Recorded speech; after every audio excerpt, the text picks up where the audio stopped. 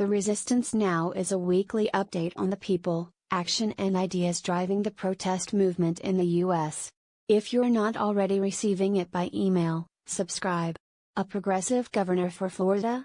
Andrew Gillum, the mayor of Tallahassee, won the Democratic primary for governor in Florida on Tuesday, setting up a potentially revealing battle against a Trump-backed Republican. Gillum, a progressive who was endorsed by Bernie Sanders, made the case on the stump that he was the only candidate in the race who was not a billionaire or millionaire. The 39-year-old won with 34% of the vote in the primary, beating out Gwen Graham and Philip Levine, both of whom had been seen as favorites earlier in the primary race. Gillum's agenda includes supporting calls for a $15 an hour minimum wage, Medicare for all, and opposing Florida's controversial Stand Your Ground self-defense law, which gained international notoriety in 2012 with the killing of an unarmed black teenager, Trayvon Martin, The Guardian's Aaron Durkeen wrote. Julia Salazar interview.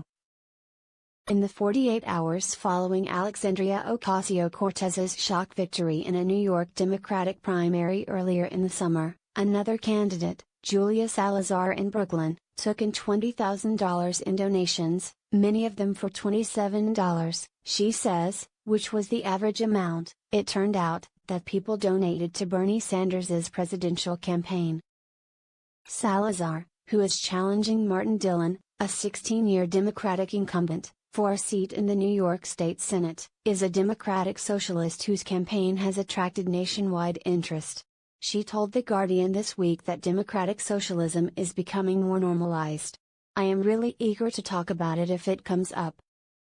But even when it does, I've heard from other canvassers who have mentioned it. She's the Democratic socialist running. People don't even blink. It doesn't faze them. Prison strikers facing backlash from officials. Inmates taking part in the nationwide prison strike are now facing reprisals from prison officials as they attempt to draw attention to what strikers describe as modern slavery and their often compulsory work duties for pennies. The prison strike began on 21st of August, in a bid to highlight virtually unpaid prison labor and poor conditions in prisons.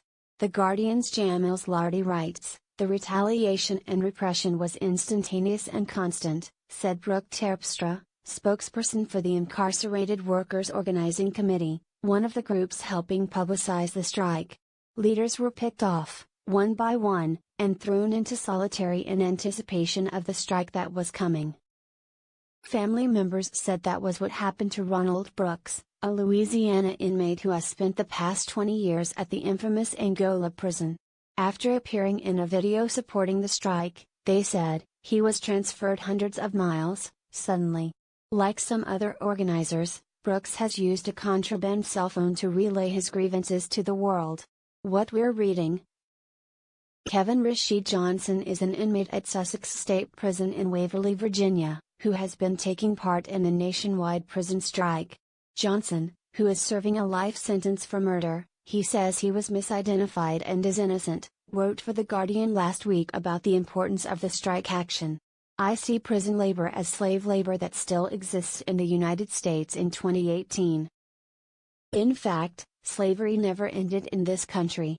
Anybody convicted of a crime after 1865 could be leased out by the state to private corporations who would extract their labor for little or no pay. In some ways that created worse conditions than under the days of slavery, as private corporations were under no obligation to care for their forced laborers, they provided no health care, nutritious food or clothing to the individuals they were exploiting.